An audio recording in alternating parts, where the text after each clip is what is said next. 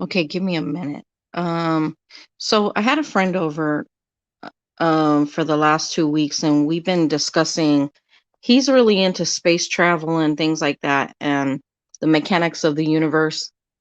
And we were talking about black holes, and I gave him my theory about when I what I feel happens when people pass away and how their spirit body travels through the universe to get to where it needs to go.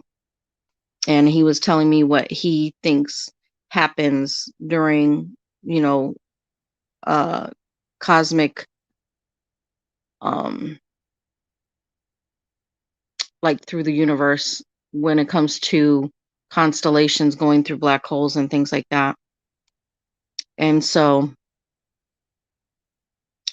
I kind of wanted to play some stuff and then get into some verbiage that is talked about in I kind the video. So let me start it.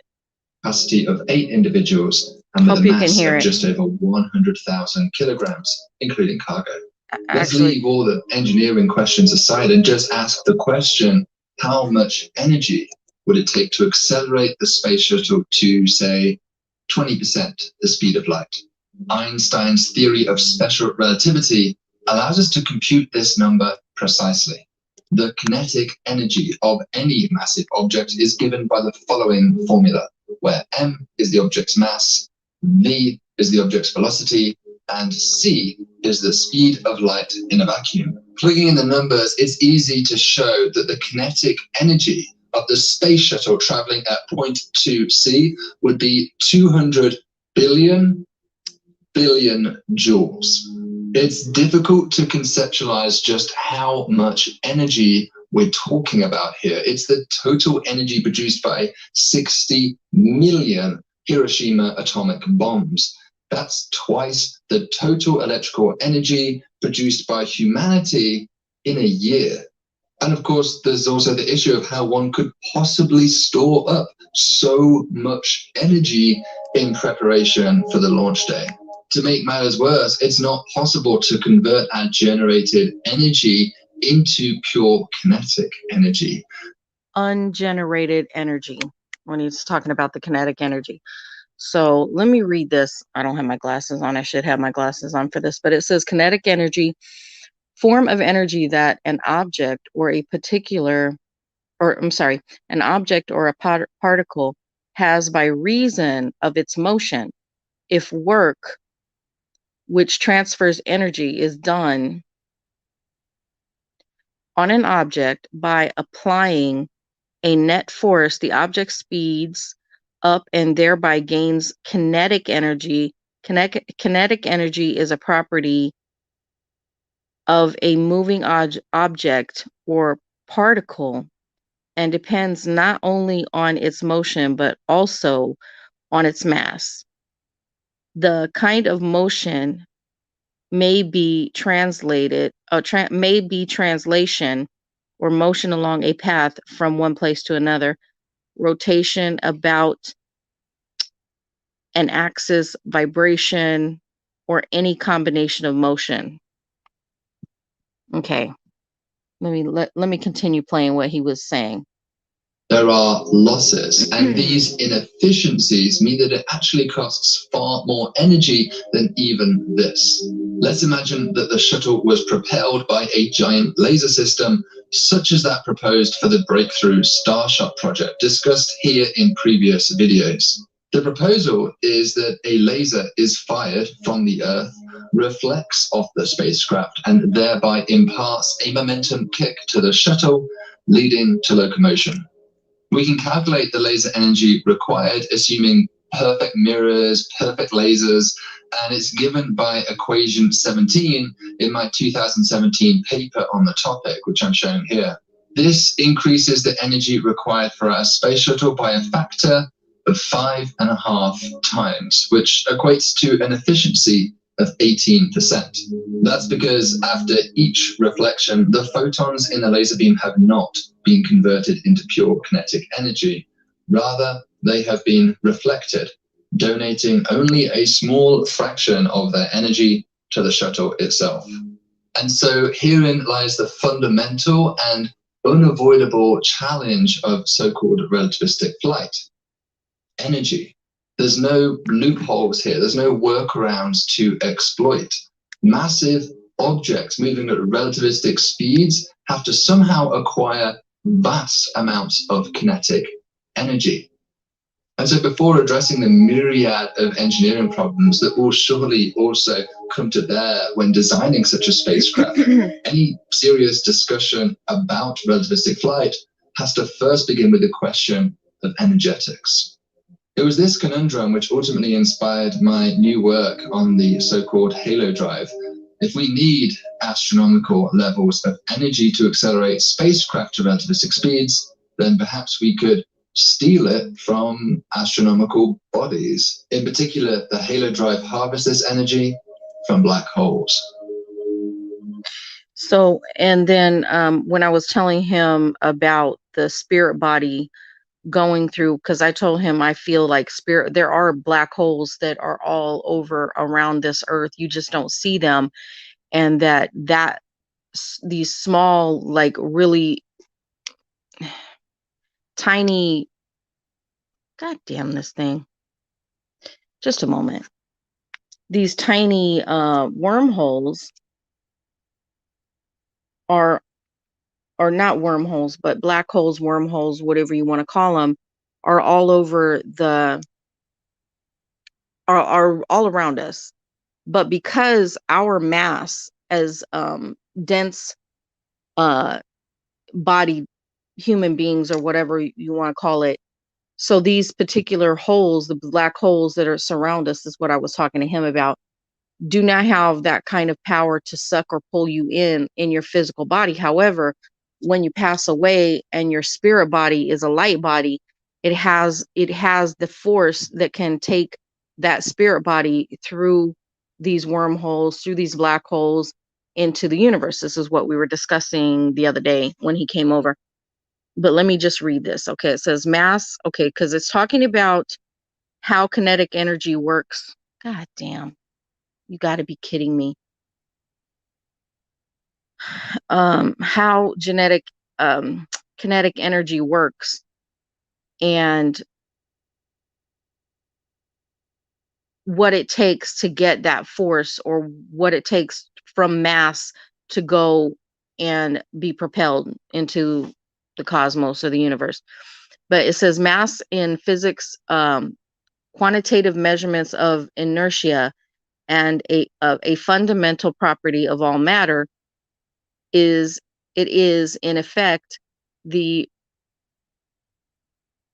resistance that a body of matter offers to a change in its speed or position upon the application of a force. The greater the mass of a body, the smaller the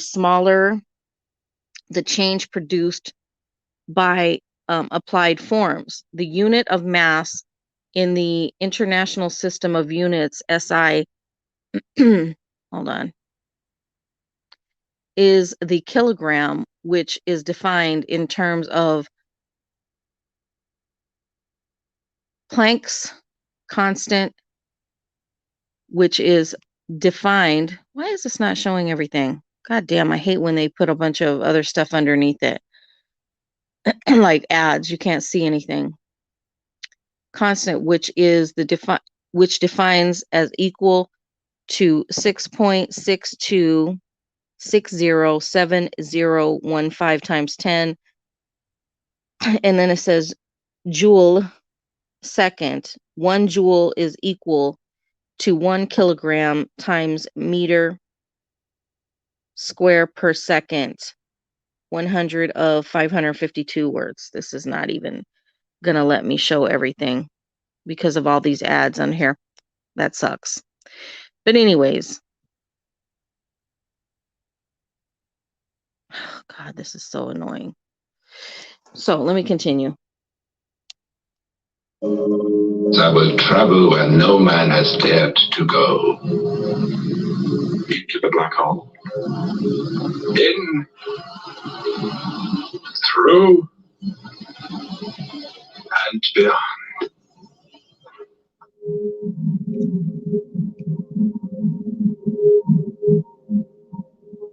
The halo drive concept is covered in more detail in my last video, but let's just do a quick recap here to remind ourselves. A spacecraft near a binary black hole fires a laser beam towards one of the black holes at the instant when it appears to be approaching the ship.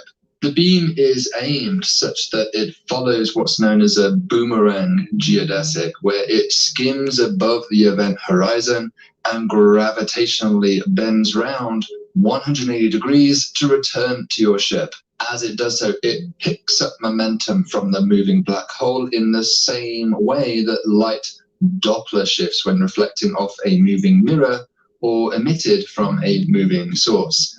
And thus it increases in energy, becoming bluer in color. A topic we've covered here on this channel in the past. The momentum exchange of firing and then receiving back the beam ends up propelling your ship away from the binary. That's Newton's third law. Every action has an opposite and equal reaction. Moreover, the beam returns with more energy than it left, allowing one to store this energy for further propulsion. But make no mistake, this is not energy from nothing. That's energy stolen from the black hole. My Halo Drive paper shows that a spacecraft of essentially arbitrarily large mass can accelerate up to approximately 4/3 the speed of the black hole using this method, remarkably without ever expending any fuel in the process. For compact binary black holes which orbit one another at relativistic speeds, this means that one could achieve relativistic flight without having to actually ever generate the aforementioned vast amounts of energy needed. Rather, you stole it. A cosmic heist, if you will. Many of you engaged with that video and asked lots of great questions in the comments section. So today I thought we would step through the Halo Drive again, but go into much more detail, more depth about how this process really works, and then get into some of the more extreme possibilities that might arise as a result of this technology.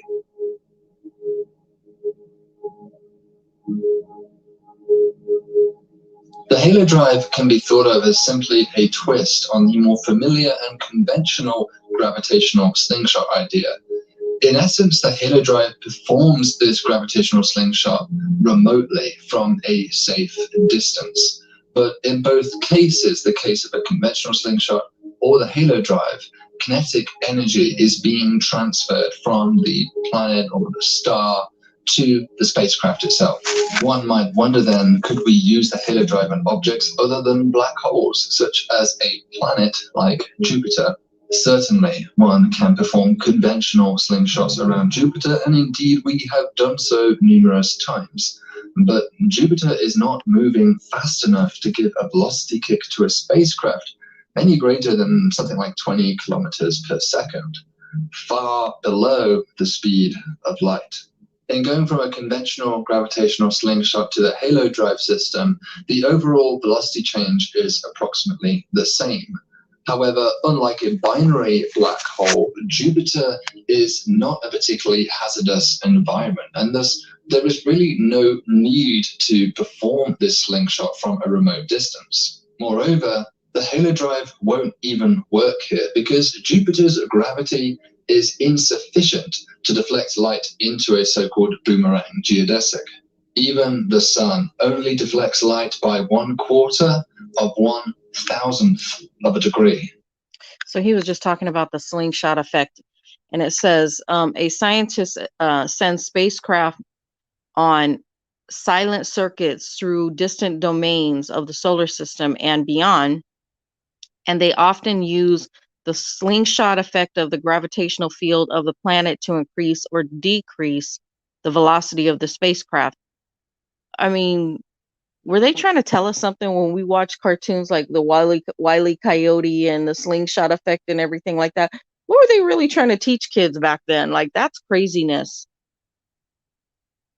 You know what I'm saying? That's some crazy stuff they were actually putting in our brains as children about the slingshot effect because what he was talking about is not having to use any kind of fuel to to get the kinetic energy needed to go wherever you need to go. And he's calling it the slingshot effect. So let me continue with what he was saying. That's a long way off 180 degrees. This is why a black hole is so critical. Only an object with an event horizon is capable of deflecting light so strongly. So yes, a black hole is always necessary, but does it always have to be a binary black hole? Well, actually here we do have some wiggle room. If we had a stationary, isolated black hole, then we could still indeed use the system to create the halo of light around it, thereby pushing the spacecraft away. However, the lack of any black hole motion here means that the light comes back redshifted each time, meaning the laser beam is hemorrhaging energy. So yes, you can still use the halo drive to accelerate away from a stationary black hole, but there's no free lunch here. In fact, rather than stealing energy from the black hole as we did before, we now actually end up depositing energy from the spacecraft's energy reserves into the black hole itself. But there is an effect which would change this picture, known as frame dragging. Via the famous no-hair theorem, black holes are completely described by just three parameters: their mass, rotation, and charge. Generally, we don't expect black holes to retain any significant charge, but rotation is a different matter altogether and something we have not discussed thus far. Remember that black holes are the remnants of dead stars, stars which once upon a time would have presumably had some arbitrary rotational energy to them. As they implode, massive stars dramatically shrink down in size by factors of many thousands. They thus spin faster via the conservation of angular momentum, much like how an ice skater spins faster as they tuck in their legs. And so in general, black holes are expected to be rapidly rotating, plausibly at extreme speeds. Objects sometimes called Kerr black holes, after Roy Kerr, who first derived their space-time metric in 1963. As black holes spin, their intense gravitational field drags space-time around with it, an effect known as frame dragging. This frame dragging effect, as caused by the Earth, has even been observed using the Gravity Probe B experiment. Now imagine our halo drive being operated in the vicinity of such a black hole. First, the necessary boomerang geodesics have been proven to exist for these Kerr black holes by Clay's. So what I wanted to say as well is when I was talking to my friend about my theory about when you pass away and there being a black hole that actually sucks your soul body or your light body into the black hole because it doesn't have a heavy mass, and the black holes that I think surround this whole earth, like they're around us everywhere. We don't see them, like we don't see these wormholes, these black holes that are around us. However, they're there. You can't see them, but they're there. And I personally believe that that soul body is wherever you pass away, that soul body, there's a force that is, it is mathematically chosen to be able to suck through that light body or that soul body, that it cannot take a physical dense body, human body, from this earth. I mean, I'm about to jump into something else, but I better not do a talking about the six elements that create all living things on this earth, because this earth is what gives each human, each animal, each um insect, or whatever you want to call it, their mass and their structure. We all have the same we have the same exact six components that give your physical body here on this earth, whether you're an animal, human, insect, turtle, you name it, any living thing. So I believe that those black holes, girl, I believe that those black holes or those wormholes that take the soul body, the light body, when you pass away, it's not and I believe personally that those soul bodies or light bodies go to different places throughout the cosmos. So this isn't the only Earth. This isn't the only Earth. This isn't the only place. And different Earths have different makeup, genetic makeups, or elemental makeups that create their bodies or their physical bodies that these soul bodies go back into. We just happen to have six of them, six elements that make up the human body or animal body. Let me see. Hold on. Let me let him continue. In 1997. Second, if we imagine firing our laser beam such that light moves in a prograde manner with a frame dragging effect, it should be expected to pick up momentum during its close passage, just like we did for the binary black hole case. In the case of binary black holes, you might remember in the last video that I gave you this analogy of thinking about bouncing a ball off a moving wall as a way of understanding why it is that photons can pick up momentum from the black hole. Now, here things are clearly a bit different. I think a better analogy here might be to imagine stepping onto a merry-go-round for just half a rotation and then jumping off again. When you jump off, you will. So I just want to say this. So the six most common elements, and this is why when people get into the Bible and they talk about 666, it's really talking, and it says that is the makeup of they're talking about the beast or or it's a man's number. The reason why it's a man's number is because this is what we're human beings, all human beings are made of. So the six most common elements of life on Earth, including more than 97 of the mass of a human body, are carbon, hydrogen, nitrogen, oxygen, sulfur, and phosphorus. Those are the six elements. And those six elements are what make up every animal on this earth.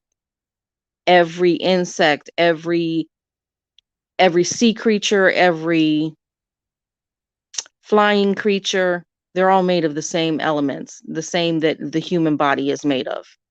Those six major elements. Moving faster and thus have stolen some kinetic energy from the merry-go-round. In the same way, light riding along the frame-dragged space-time, a cosmic merry-go-round, if you will, should be expected to pick up momentum and, like before, become blue shifted. This satisfies our requirement for the halo drive system, and thus, indeed, binary black holes are not the only way to accomplish this feat.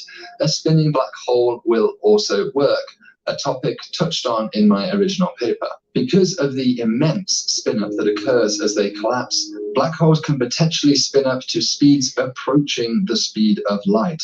And indeed, we have observed more than a dozen cases of black holes doing exactly this. I actually think that the case of the spinning black hole might be the more viable location to undergo this halo drive system.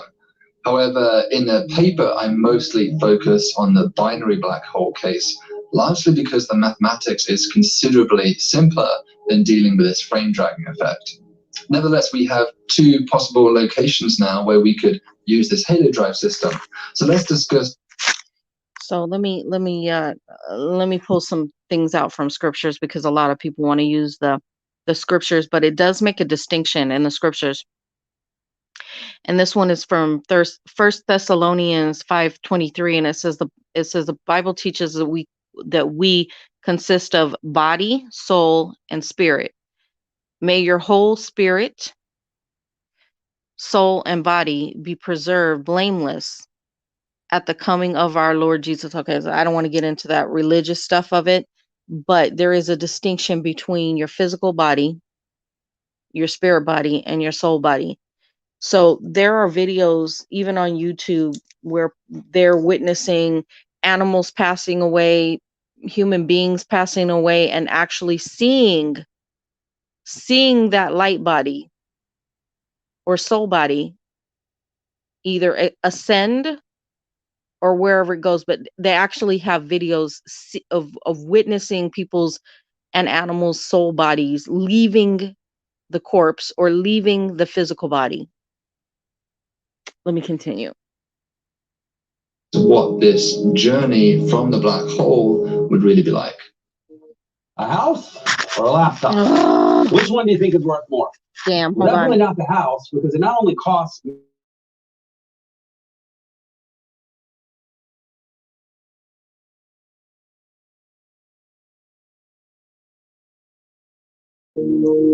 Sorry about that. Let's talk about this journey away from the black hole. In general, the starting position for your spaceship really needs to be within the same system as this black hole, but not too close to avoid being ripped apart by the intense tidal forces of the singularity. Orbiting at a distance of a few hundred times the black hole's Schwarzschild radius, that's the distance from which even light cannot escape the black hole, should be sufficient for typical parameters in order for this spacecraft to resist the tidal stresses. The halo drive works best when we choose a destination which lies in the same orbital plane as the rotational axis of the black holes. Now, if you want to make a journey out of the plane, that is still possible, but you will not be able to achieve quite as fast a velocity. To head to your destination, all you really need to do is simply wait. You orbit the black holes until you line up with your destination, you fire up your halo, and you will be pushed out of the system. Now, obviously, this will take very precise timing and accuracy with the beam, but you might expect an onboard computer to handle those calculations in real time for you. As the beam leaves the ship and loops back around, it will start to diverge in width due to diffraction. Too much divergence and the beam will largely miss the ship on the way back. At the initial starting distance, any laser beam with a wavelength less than mid-infrared light, such as visible light, for example, is shown in my paper to result in negligible diffraction. Gravitational tides also act to try and diverge the beam, but critically here the non-stochastic nature of those tides make them correctable using precise laser actuators on board your spacecraft. Once you've fired this beam, it will actually take less than a fraction of a second to make its loop around the black hole. That's because we don't have to worry about time dilation really here. Light always has to travel at the same speed to all observers. That's the speed of light, c. Because the black hole represents a gravity well, light blue shifts somewhat as it rolls down the hill and then red shifts as it comes back out, an effect known as gravitational redshift. It turns out that these effects effectively cancel out as shown in my paper, and thus the effect can largely be ignored when it comes to the energy balance calculations.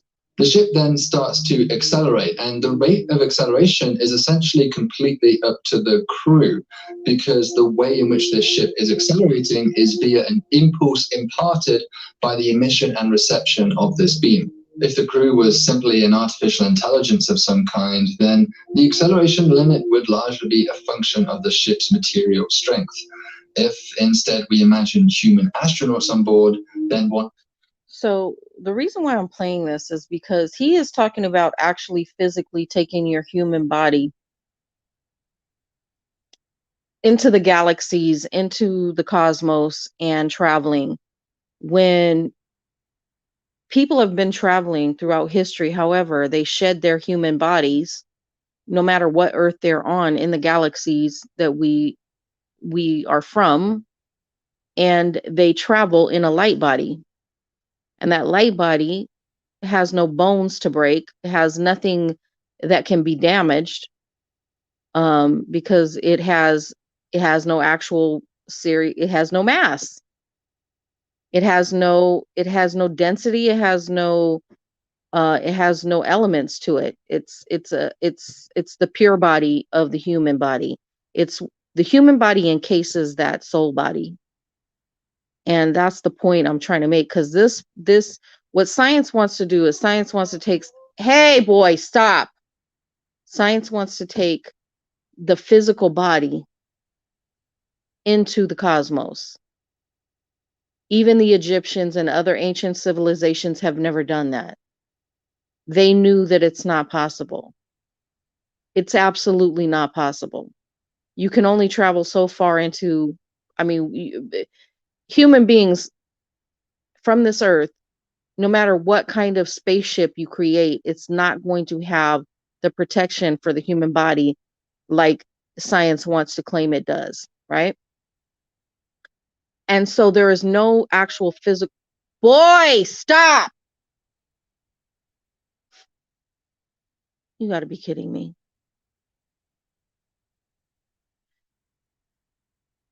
There is no physical way to make a ship from this earth to travel the universe. Do I believe there are ships from out in the galaxies that can do that kind of travel? Yeah, because they're from different earths and they have different elements, they have different metals, they have different types of things that can withstand that type of travel. However, this earth does not have those kind of elements that can with boy stop that do not he's trying to pull me off track. um we don't have what it takes to go into light travel through the universe. We don't have the kind of ships, we cannot create the kind of ships that it takes to travel through the universe past these constellations that surround this globe, this earth. And the elements that every human body or every animal body, which I had already discussed, those 6 elements, which is a man's number, right?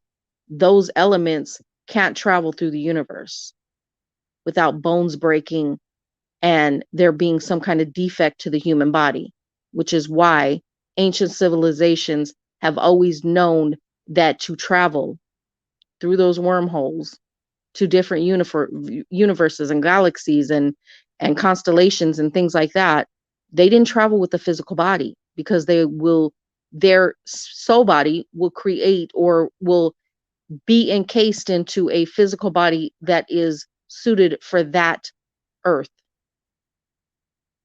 We as human beings with the 666 elements, which is a man's number, that's what the scriptures call a man's number, can only um stay in these direct constellations around us. We can't travel out into the galaxy like that. Let me continue. You might want to limit the acceleration to 1g. 1g acceleration, however, would pose a fairly serious problem for the halo drive, because at 1g acceleration, it would take you 70 days to reach 20% the speed of light, by which point you would be so far away from the black holes that beam divergence would become a major problem. It may be possible to position numerous dynamic lenses along the initial part of the route, which would refocus the beam as needed. Although, to be upfront, this is not something which was calculated in the original paper. Now, once we're up to speed, we're not out of the woods yet, because we still now have to contend with cosmic rays and impacts with the front of the ship from interstellar dust and interstellar gas, both of which themselves will induce a second form of hazardous radiation onto the ship. For velocities below 30% the speed of light, the generated nucleonic radiation could be shielded against with just 1 to 2 centimeters of titanium hull. That's according to calculations by Oleg Semyonov in 2006. Cosmic rays, on the other hand, would require more mass. A water shell of, say, several meters would provide similar protection to that experience here on the Earth. Bombardment with interstellar gas at 20% the speed of light would penetrate the hull to approximately 0.1 millimeters for a dense forward shield. That's according to recent calculations by Thiem Huang et al. Dust bombardment is more problematic, though, leading to explosive evaporation and cratering on the hull's surface and eroding the surface down to about 0.5 millimeter. So these are clearly major challenges, but they are also clearly easily surmountable with adequate shielding. And after all, the halo drive is able to accelerate arbitrarily large masses, and thus one really doesn't have a good excuse for leaving the system without that shielding on board.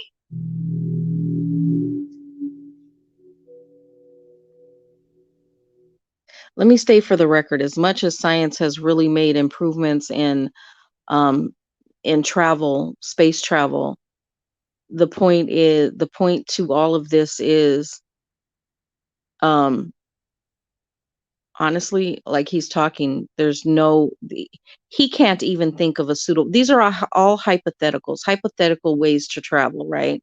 Hypothetical ways to get into the universe and travel at light speed to different cosmoses. It cannot happen. It can't happen.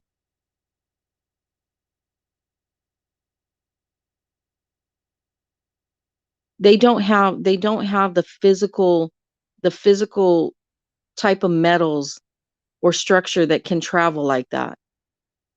Are there beings in the universe that can travel like that? Yes, of course. Are there beings that have ships that actually can withstand debris from the universe out in the universe and not tear the ship apart? Yes. But on this earth, we don't have those type of elements to create a ship like that. We don't have it. Let me let him continue. When we arrive at our destination, whatever kinetic energy that we gained as a result of using the halo drive in the first place, now we have to dispose of that kinetic energy in order to decelerate, in order to come to a stop at our destination. Deceleration is often a major challenge to relativistic flight, so much so that Breakthrough Starship really doesn't even attempt to solve it and simply plans to perform a relativistic flyby of its target. Can we do any better here with a ship powered by this halo drive? Fortunately, yes, but again, we're going to need a black hole to make this work. As we approach a destination black hole, we fire the laser once again, performing yet another boomerang geodesic. So when the light leaves the front of your ship, it will give you a slight momentum kick in the opposite direction, thereby slightly slowing you down. And also when the light loops around and hits your spacecraft, it will give you another kick again in the opposite direction. So what I'm trying to do is pull different scriptures and things together for this, what I'm speaking on. And this is Revelation chapter 13, verse 18. It says, "Let him that hath understanding count the number of the beast, for it is the number of a man, and his number is 666. Or they call 666, which is the six elements, and there's mathematical six, and there's a spiritual six. Boy, stop. And then it says in Revelation 13:18 states that one is wise and has an understanding to count the number of the beast. The beast, we are the beast. Let me just say that. Because in other scriptures in the Bible, there's no distinction between an animal and a human being in scripture. They're all the same. And I'll pull that scripture up too, which is also the number of a man. The number comes 666. Let me continue. Further decelerating you. Also, like before, the photons come back with more energy than that which they left with. In other words, they are blue shifted as a result of this relative motion between you and the black hole. That means you can again charge up your batteries, and that stored energy will be useful for maneuvering into a stable orbit at the end of the deceleration. The beauty here is that you don't even need a binary or even a spinning black hole to break. Any will do. Of course, the former two cases would be more useful if you ever plan to leave the system again. I have to admit that the idea of hurtling towards a black hole at 20% of the speed of light is a fairly disconcerting thought.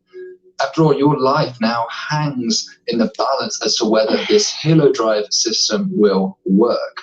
Any slight miscalculation or malfunction, and you will fling yourself straight into the black hole and be torn apart into pieces as a result of the tidal forces. This journey is not for the faint of heart. If you can't take a little bloody nose, maybe you ought to go back home and crawl under your bed. It's not safe out here. It's wondrous, with treasures to satiate desires both subtle and gross. But it's not for the timid.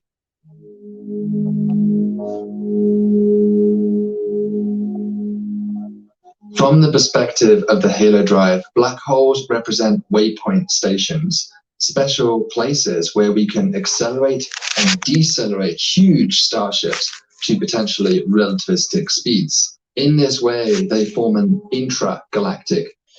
And a large black hole with the type of gravitational pull that it would have to have, that it does have. No human being could withstand that. No ship could withstand that. This is why I'm telling you that the ancient civilizations, even the Egyptians got it wrong, because they thought that once they passed away and they went through one of these wormholes, right? They thought they were coming back into their own old physical human body, and that is not what happens. There is something called reincarnation, and reincarnation is that the soul body, it leaves the physical body when that physical body passes away, and at another time and space, dimension, whatever you want to call it, then that soul body can come back, where that uh, spirit body can come back into another physical body. It will not be the same physical body that they left the first time. That physical body can no longer be used. And that's where the Egyptians got it wrong, because they really thought that they could come back. The pharaohs thought they could come back and be in the same physical body, but even those physical bodies, I mean, they died so young. They did incestuous stuff to keep the so-called royal bloodlines pure, and they caused their human bodies defects by doing that. And even them, even with the technology that they had, and they were advanced, that was an advanced civilization on so many different levels. However, they got it wrong when it came back to reincarnation and coming back into the physical realm. Stop, boy. When it come back to coming into this earth's physical realm again, because you don't come back in the same physical body that you left in. And even people that believe in the story of Jesus Christ, where it said that he left his physical body and that none of his disciples could recognize him when he came back in another physical body, but his mother and the women that were around him recognized him. And it's not because they recognized the new physical body, they recognized his spirit body that he came back with. Let him play that, and I'm trying to find the other scripture. Network, a highway system for interstellar travel. But how many black holes are really out there? From our understanding of stellar evolution and recent observational constraints from the LIGO detector, about 1 in every 1,000 stars becomes a black hole, meaning that roughly 100 million black holes reside in our Milky Way galaxy. Unfortunately, the location, distribution, and basic properties of these black holes is largely unknown to us. I want to play that back. He said there's over 1 million black holes in the universe that they can see, right? Let me pull it back. Let me pull it back just a little bit. Because there's a scripture that says, what is done in heaven is also done on earth. And everybody knows or believes that the cosmos is the heavens, right? That's what it's been described as. So if there's if they know of 1 million, science knows of 1 million by looking into, with what's the word I'm looking for? Looking into the universe, then they see out in the galaxies over 1 million black holes. What does that tell you there is going to be on the earth? If the scriptures say that what is bound in heaven is bound on earth, what is done in heaven is done on earth, that means if there's 1 million physical black holes you can see out in the universe, in the cosmos, it's happening on earth too. There are black holes, wormholes on earth, which this is what I'm talking about, the spiritual effect of when you pass away and your soul body leaves, and one of these wormholes, black holes are a highway to get your spirit body to wherever else it needs to go into the cosmos. Evolution and recent observational constraints from the LIGO detector, about 1 in every 1,000 stars becomes a black hole, meaning that roughly 100 million black holes reside in our Milky Way galaxy. Unfortunately, the location, distribution, and basic properties of these black holes is largely unknown to us. And that's because these black holes are, of course, by their very nature, incredibly difficult to detect. Statistically speaking, the nearest black hole should be about 12 parsecs away. But we actually don't know where that black hole is yet. Nevertheless, 12 parsecs is a distance we can plausibly imagine sending a spacecraft to one day through concepts such as Daedalus and Starshot. All-sky photometric surveys such as WFIRST and LSST may be able to detect some fraction of the galactic black holes as they pass in front of distant stars and lens the background light. Future gravitational wave detectors such as LISA are expected to spot so many compact binaries in our galaxy that they will be a significant source of noise for the detector, with an estimated 25,000 detections amassing in the first few years. Clearly, before we can ride on this interstellar halo network, we first have to have a good map of the location of all of these nearby black holes. But that is one area of astronomy where we are indeed making the most rapid progress. So we should be excited about the future here. Even so, making trips across interstellar distances, particularly across the galaxy, would still be a very trepidous enterprise. For instance, one might need to account for galactic tides and peculiar stellar motion of these objects. Similarly, the population of compact binary black holes is in essence in a state of flux, with mergers occurring and wider binaries constantly evolving into more compact states. A common question I got asked on the last video was, if you have to travel to the nearest black hole in order to utilize this halo drive system, then doesn't that somehow make the halo drive system of no value? Let's consider an analogy of 19th century USA representing the galaxy. Imagine you lived in Orlando in the year 1870, one of just a few dozen inhabitants at the time. Nothing compared to the hundreds of thousands of people living in the cities of Philadelphia, Boston, or New York. Despite living in this tiny hamlet on the outskirts of the USA, you dream of one day visiting California, a distant land you've only read stories about. Yet the vast distance to cover defies ordinary understanding, a distance so great that even on horseback it would take you months of riding. Moreover, it would cost you so much in food reserves and equipment that even if you made it there, you'd be broke without any chance of being able to ride back home again or explore indeed any other part of this great land.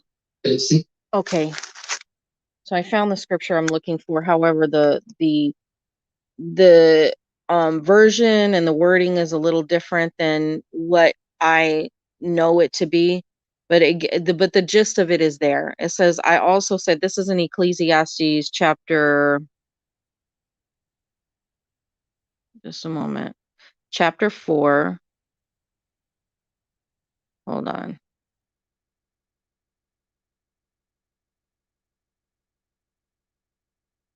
Verse 18, it says, I also said to myself, as for humans, God tests them so that they may see that they are like the animals. Surely the fate of human beings is like that of the fate of human beings is like that of the animals. The same fate awaits them both. As one dies, so does the other. All have the same breath. Humans have no advantage over animals. Everything is meaningless, and all go to the same place. All come from the dust, and all shall return. Who knows if the human spirit rises upwards and if the spirit of the animal goes down into the earth? ? There's no difference. There's no difference. So when Revelation talks about the mark of the beast, this scripture right here in Ecclesiastes, stop 4:18. lets you know there's no difference. So the mark of the beast, the mark of man is all the same. They are the same. They are equivalent. There's no difference. And if you don't stop crying, you quit. He does this every time I try to do a meaningful thing. Okay, let me continue. Seems hopeless. Perhaps best just to stay at Stop. home. But then someone tells you about railroads being built in nearby Jacksonville, just a few days' ride away on horseback. If you can get to Jacksonville, you can ride along the East Coast and even connect to the new Pacific Railroad, taking you to California in just a week. And the cost? It's free. Yes, it will cost you to hire a horse and ride up to Jacksonville, but if you get there, you can ride across the entire country for free, as many times as you like. So yes, riding the Halo network comes at a cost. That is, you have to journey to the nearest black hole. And similarly, riding the rail network comes at a cost too. You have to travel to the nearest rail station. But unlike 19th century USA, there's no cost after that point. So personally, I don't agree that there's no value to a galactic highway system. It's going to take a bit of work, but pay the cost to reach the nearest station and the galaxy opens up. Hopefully that should provide us with an extra incentive. The cost is death, though. You cannot travel the galactic highway, freeway. Boy, stop. You cannot travel the galactic highway or freeway without the price of death of your life. That is the cost. The cost is your life. Your soul body is going to travel. However, your physical body is not. Hey, Big J, your soul body will travel. However, your physical body will not travel that galactic highway or that freeway he's speaking of. And that all goes back to scripture, because you're gonna lose your life in order to travel that highway, that galactic highway, or those wormholes or those black holes. There's no other way to do it, because physically, your physical makeup, your 666 genetic DNA, your 666 elemental human form cannot travel. Let me see. Big J says, I am gonna share this. Oh, thank you, Big J. So yeah, your physical body cannot go through that galactic highway. Let's continue. Let me pick him up because he's just sitting on the floor crying and interrupting my whole video. To reach the nearest stars and leave our home.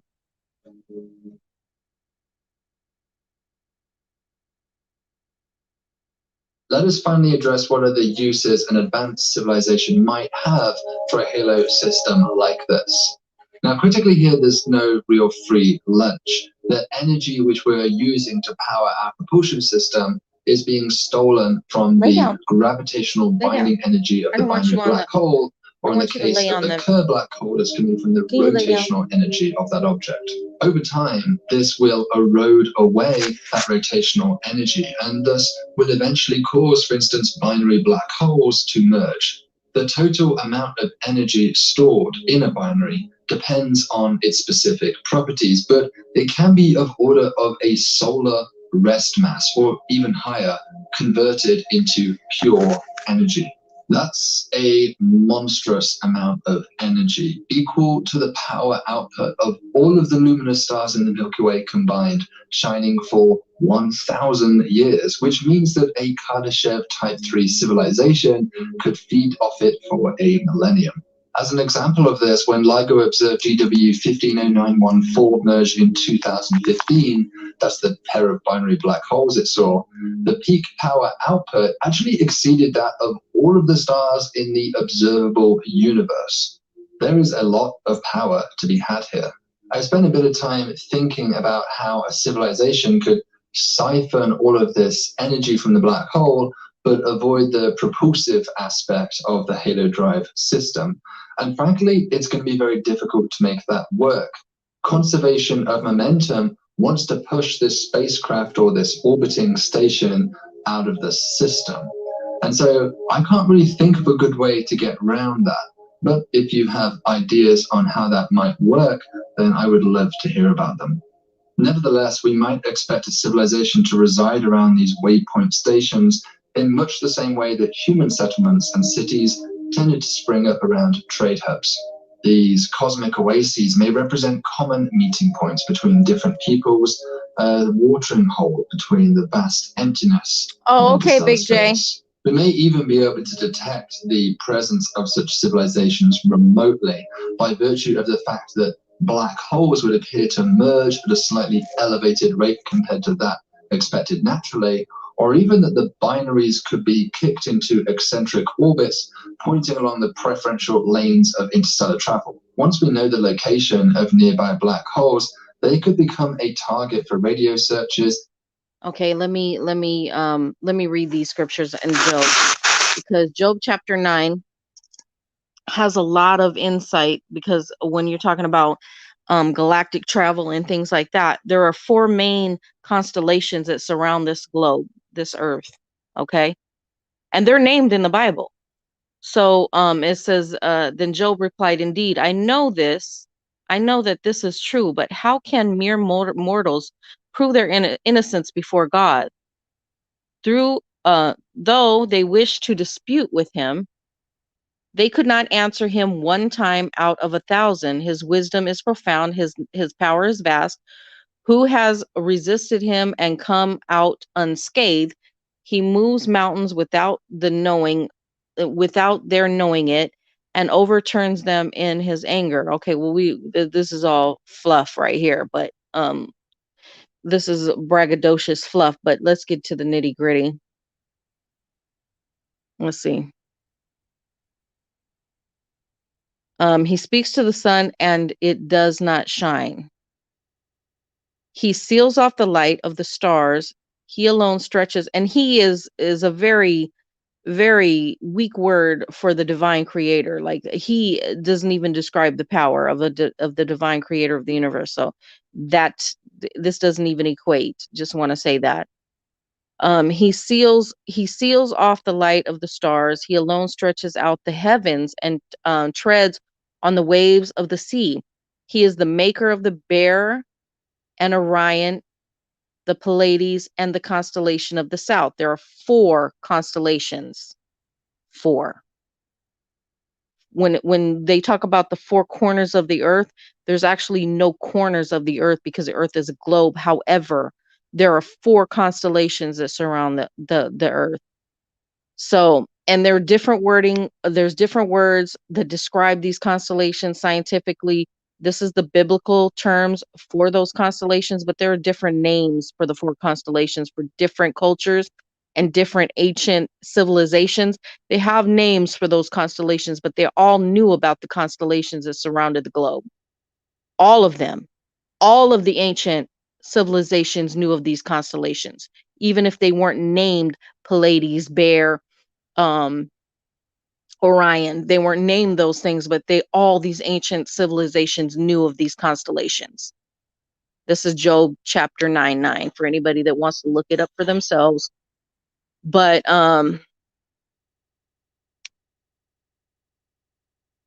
yeah.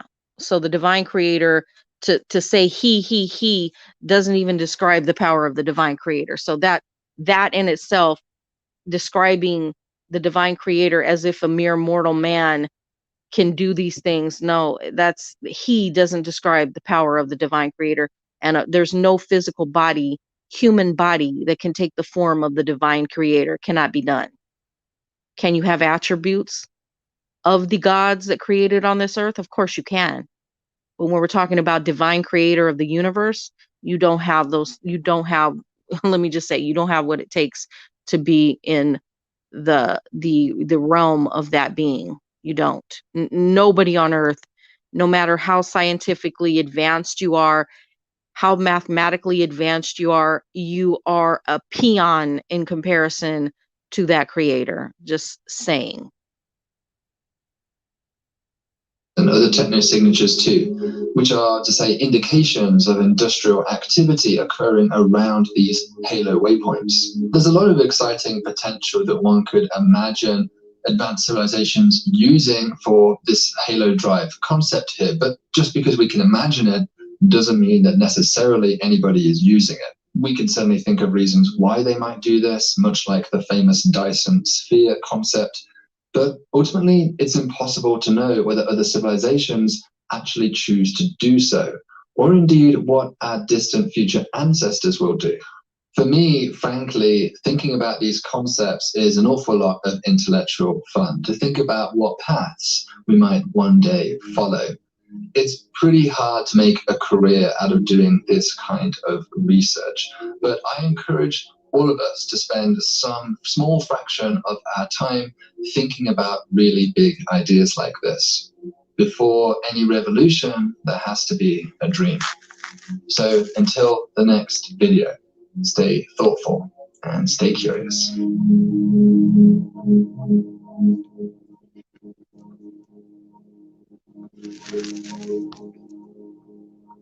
So me referring back to the Bible scriptures is not that I'm trying to push people into organized religion. Absolutely not, because I don't want any part of organized religion as well. However, if there's notable information that can be taken from a science book or any book, or from the worldwide web and the Bible, then if it's legitimate, if it's legitimate information and it correlates, you can use it. You can use it for understanding. And I'm not pushing people into any Christianity, into any type of religion. When I talked about reincarnation, I'm not pushing anybody into religion, because personally, I don't believe in any organized religion, not one. However, I do believe in concepts. I believe in concepts that can be proven. That can be proven. Reincarnation has a lot of justifications when it comes to ancient civilizations and the belief systems that people had. And when you have people come back in physical bodies and can describe lifetimes in past lives, to me, that's just as valid as somebody touching their car outside. To me, that is tangible. It's tangible to me. So yeah, I just wanted to talk about what these videos, these science videos, when they talk about these wormhole, because me and my friend, we've been talking about that, and I want to get him on sometime in the near future to have his discussion and his beliefs about, his scientific understanding and findings. I want to put him on because he's a very smart guy. And yeah, I want to have him get on here and have a discussion with you too. So that's the gist of my breakdown. And the reason why I didn't do an actual video is because to get into what I wanted to get into, I'm already at an hour, and I didn't want to do a video that was going to take an hour. That's why this live stream is up. I don't normally do live streams, but I'm inspired from the conversations I've been having with my friend. So thus, here we go. This is my live stream. And I don't normally if I know that it's going to take more than 10 minutes to get out or discuss what's being talked about, then yeah, I have to do a live stream. So, but everybody have a good night. Let's see here.